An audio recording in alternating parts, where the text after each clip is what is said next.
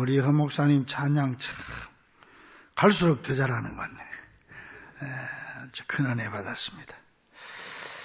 우린 지금 코로나로 인해서 비대면 예배를 드리지만 오늘 교회에서 드리든지 또 가정에서 드리는 여러분들에게 하나님의 은혜와 축복이 넘쳐나고 하나님의 위로가 넘쳐나기를 주님의 이름으로 간절히 축원합니다. 벌써 성탄절이 닷새로 다가왔습니다. 닷새 후로. 과거 같으면 거리마다 캐롤송이 울려 퍼지고 교회마다 성탄 준비에 분주할 텐데 이렇게 조용한 성탄절을 맞기는 처음인 것 같습니다. 사실 예수님이 태어나신 첫 번째 성탄절, 그때도 조용한 날이었습니다. 예수님은 조용한 시골 베들레헴에서 태어나셨죠. 그런데 우리가 잘 아는 대로 그 조용하던 시골이 로마 황제의 인구조사 명령으로 말미암아 각 곳에 흩어져 있던 사람들이 우리 명절에 시골에 고향 찾아가는 것처럼 와서 인구조사에 신고를 했기 때문에 그때 마침 아주 분주한 시기였고 또 이 사람들이 먼저 와서 다 여관을 다 잡아버렸기 때문에 막상 요셉과 마리아가 와서 거할 곳이 없었고 그래서 어느 집 마구간을 빌려서 들어갔는데 거기서 아기 예수님을 출산하게 됩니다. 사실 그때 태어난 예수님은 사생아로 태어납니다. 예수님은 사생아입니다. 오래전 연예인교회에서 성경 공부를 하는데 어떤 연예인이 목사님에게 목사님, 내가 다른 거는 다 믿을 수 있겠는데 예수님이 동정녀 처녀의 몸에서 태어났다 하는 거 그건 한만 생각해도 이해가 안 됩니다. 그랬더니 그때 같이 공부하던 성경 공부하던 구봉서, 지금 세상 떠나죠, 구봉서 장로님이 새까만 후배 보고 하는 말이에요. 야, 이 사람아,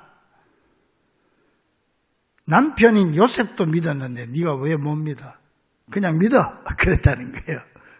그 맞는 말이에요. 남편도 믿었는데 지가 못 믿을 게 뭐 있어요. 그 믿는다고 하는 게 참 어려운데 요셉은 믿어요. 요셉이 참 어려운 사람이에요. 이 사람이. 물론 이제 천사가 요셉에게도 얘기했지만 뭐 천사 아니라 뭐 하나님이 직접 얘기해도 안 듣는 사람은 안 듣잖아요. 사실요, 이 요셉이 지금 결혼 안 한 상태예요. 약혼한 상태인데 마리아를, 그 배부른 마리아를 데리고 베들레헴으로 왔습니다. 여러분 그거 한번 생각해 보셨습니까? 아니, 결혼 신고도 안 한 사람이 안 데리고 와도 돼요. 그리고 결혼했다 할지라도 대표자 한 사람만 오면 돼요. 가장만 와서 신고하면 돼요. 가족들 다 안 데리고 와도 돼요. 로마 법으로. 그런데 왜 결혼도 안 한 그 약혼한 상태에 있는 그 마리아를 이 요셉이 굳이 배부른 마리아를 데리고 왔을까? 그 여러분 한번 생각해 보셨어요? 왜 데리고 왔느냐 하면은 여러분 그 당시는요 로마 법에 보면은 미혼자가 결혼하지 않는 자가 아이를 낳게 되면은 이거는 간음했다. 그래서 마리아가 돌에 맞아 죽을 수도 있고 만약에 지금 요셉이 여기 신고하러 인구조사 신고하러 온 사이에 지금 보니까 오늘 내일 하는데 아무래도 자기 없을 때 애를 낳아버리면 이 마리아가 돌에 맞아 죽을 수도 있고 또요 그런 아이는 사생아잖아요. 이 사생아는요 그 당시에 로마 법에 의해서 동네 쓰레기장에 갖다 버려버려요. 사생아들은 사람도 아니에요. 안 그러면은 그 동네 공중 화장실에 갖다 버려버려요. 그러니까 이 사실을 요셉이 알았단 말이야. 그 혼자 가려니까 야 가다가는 아무래도 내가 갔다 오기 전에 애를 낳게 생겼어. 그러니까 안 되겠다. 그래서 마리아를 데리고 간 거예요. 참 의인이죠, 이 사람이. 아니나 다를까? 가서 방이 없어서 마구간이라도 뭐 얻었는데, 산통이 온단 말이에요. 어디 가서 아이를 낳아야 되는데, 방이 없죠. 영안이 없죠.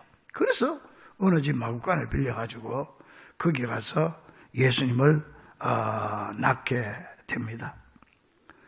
이때 들에서 양치던 목자들, 그 베들레헴은요, 주변에 들판이 많아요.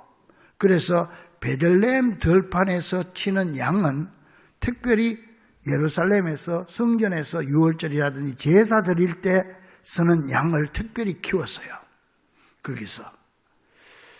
그 들판이 많단 말이에요.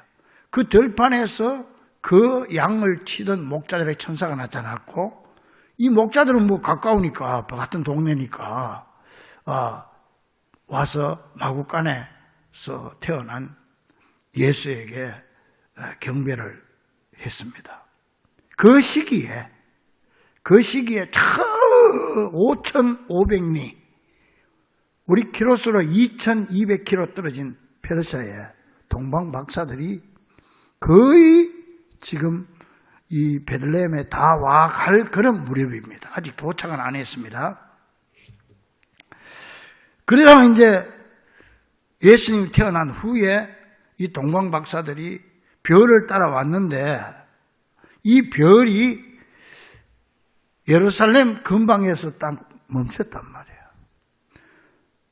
우리가 성경에 보면, 우리가 그림에 보면 크리스마스 카드에 불빛이 쫙 말구유로 마구간으로 비치는데 그렇지 않아요. 이 동방 박사들은요, 동방이라고 하면은 그때 페르시아인데 지금으로 이란이에요, 이란. 이란이고, 박사라고 하는 거는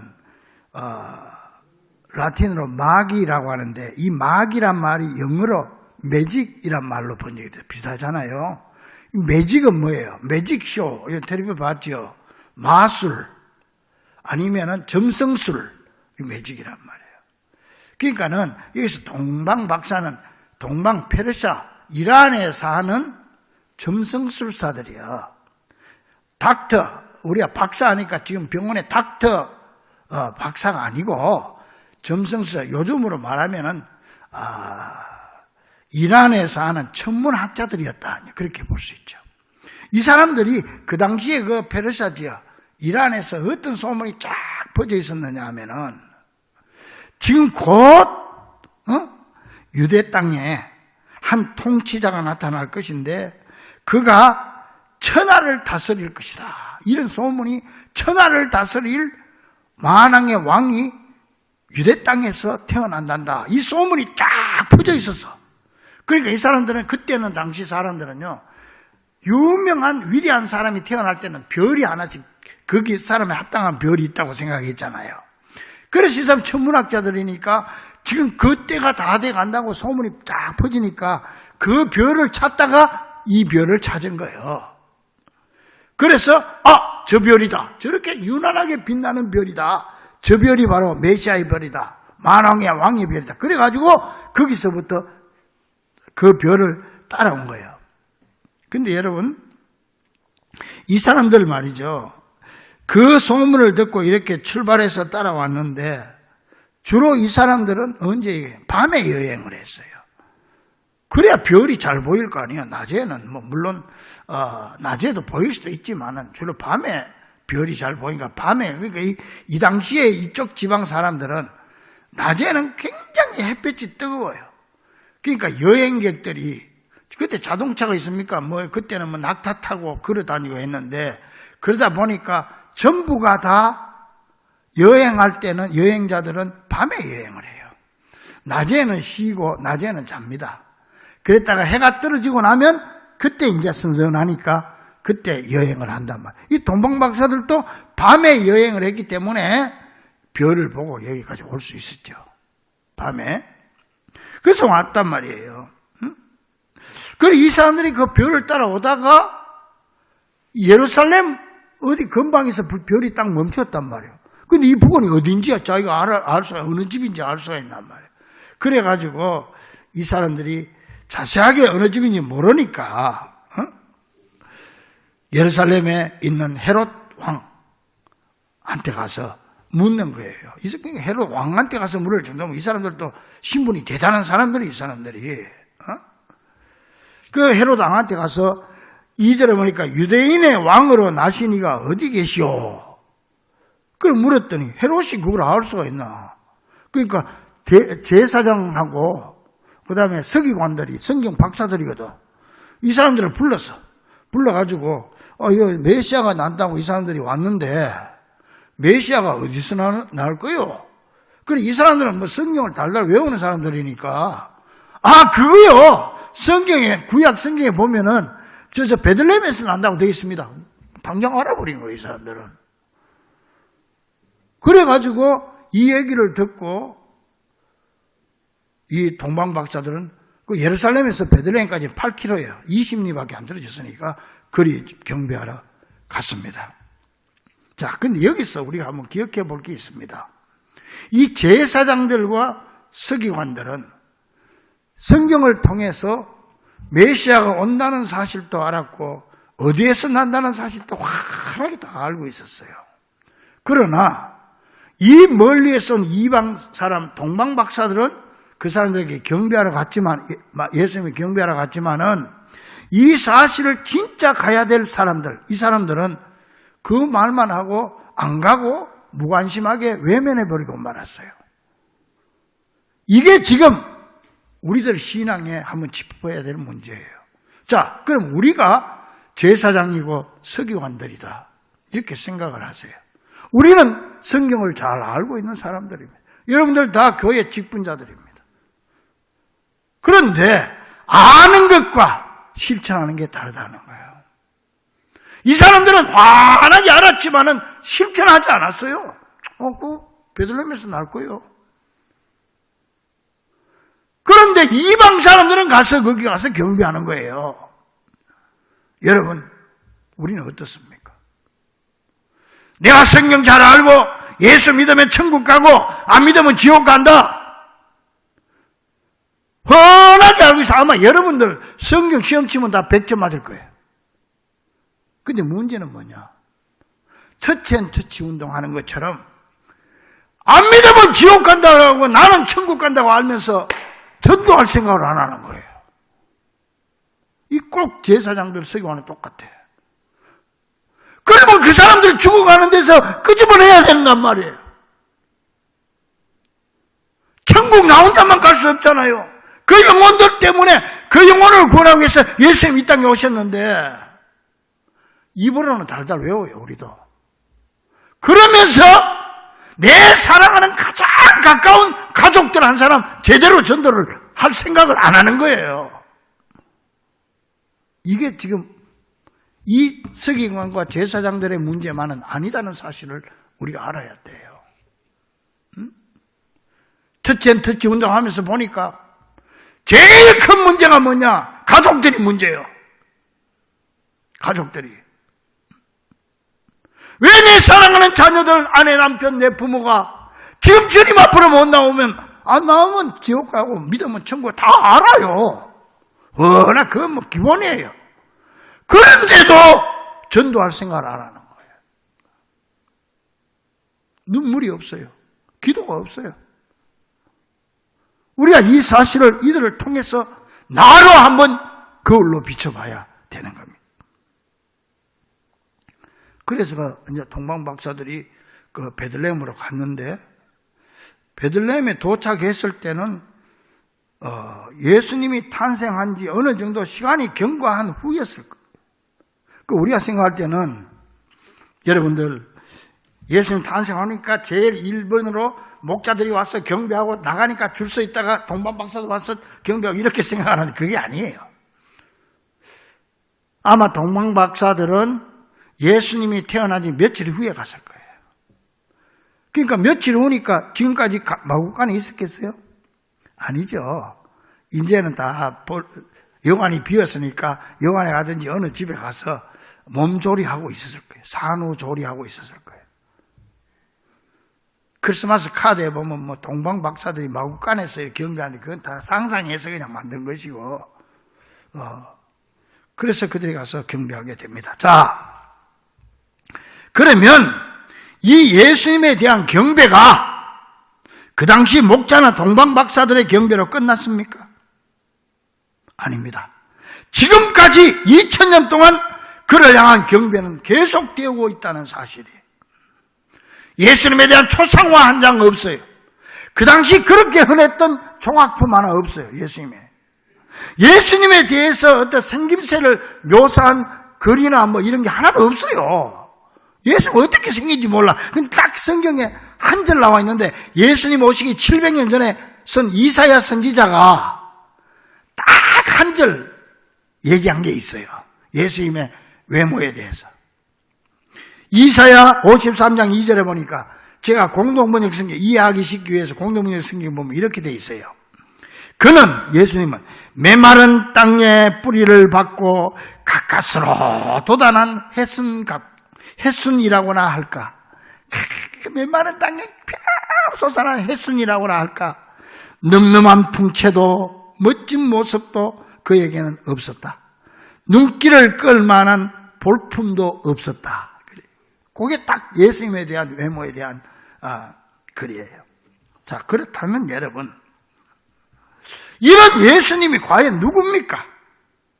물론 여러분들 또 답을 쓰라면 100점 맞을 거예요. 그는 인류를 구원할 구세주요 메시아고 하나님의 아들입니다. 그를 믿으면 구원받고 안 믿으면 지옥 갑니다. 답은 100점 맞을 거예요. 자, 그렇다면 교회 다니고 예수 믿는 사람들만 그 태어나신 예수님을 향한 성탄절을 지키고 교회 안에서만 예수님을 경배해야지, 왜 천사들도 경배하고 지난 2000년 동안 온 세계가 안 믿는 사람들까지 다 예수님을 경배하고 살아오고 또 앞으로도 영원토록 경배받으시기에 합당한 분이 되시냐 하는 거예요. 잘생긴 것도 없는, 풍채가 없는 분이 그렇게 정말 낮은 자리에서 비참하다시피 태어나신 분이 누구시길래, 그분이 과연 예수님이 누구신지 지난 2000년 역사를 통해서 더듬어 보면 대강 짐작할 수가 있는데, 예수님의 실제 외모는요, 아무도 몰라요. 그렇지만은 그는 세상에서 가장 쉽게 알아볼 수 있는 인물이 된 거예요. 예수님 사진 놓고 보면 7살 먹은 아이들도 저 예수님이라고 얘기하는 거예요. 늠름한 풍채도 멋진 모습도 눈길을 끌 만한 볼품도 없었지만 누구보다 모든 그림과 조각의 주인공이 되신 분입니다. 또한 예수님은 작품 활동이라고는 한 번도 하신 적이 없지만 역사상 모든 예술의 중심이 되신 분이십니다. 예수님을 주제로 한 연극이다, 영화다, 뮤지컬이 수도 없이 많습니다. 또한 예수님은 여우도 굴이 있고 공중의 새도 거처할 곳이 있어되 자신은 머리 둘 곳조차 없다고 하셨지만 이 세상에 유명한 세계적인 역사적인 건축물은 거의가 다 예수님과 관계된 건축물 아닙니까? 또 그는 단 한 권의 책을 쓰신 일도 없어요. 그러나 그에 관한 책이 수도 헤아릴 수 없이 많고 그 예술을 연구해서 박사학위를 받은 사람들이 수도 없고 세계적인 명작들은 전부가 다 예수님을 배경으로 한 책들입니다. 또한 그가 불렀다는 노래는 딱 예수님이 노래 한 번 부른 장면이 나와요. 최후의 만찬 끝나고 나서 겟세마네 동산 가시면서 찬송하면서 가시니라. 무슨 노래 부른지 몰라. 그런데 이 세상 누구보다도 많은 노래와 음악의 주제가 되어서 2000년 동안 온 세계 사람들이 예수를 찬양하고 있습니다. 예수님에 관한 노래는 뭐 하도 많아서 셀 수가 없고 세계적인 명곡들 전부가 다 예수님을 주제로 한 노래들입니다. 여러분 음표 도레미파솔라시도 음표 있잖아요. 그게 어디서 나왔습니까? 그게 예수 믿는 사람들 수도원, 과거에 옛날 수도원에서 예수님을, 하나님을 찬양하려고 하니까 자꾸 잊어버리니까 그거 기억하게 하려고 만든 게 그게 도레미파솔라시더래요. 요한 세바스찬 바하는 작곡할 때마다 악보 머리에 JJ라고 썼어요. 뭐야? 지저스 주바. 주여 예수여 도와주소서. 예수여. 그러고 나서 악보를 다 끝내고 나서 제일 뒤에 SDG라고 썼어요. Soli Deo Gloria. 뭐야? 오직 하나님께 영광을.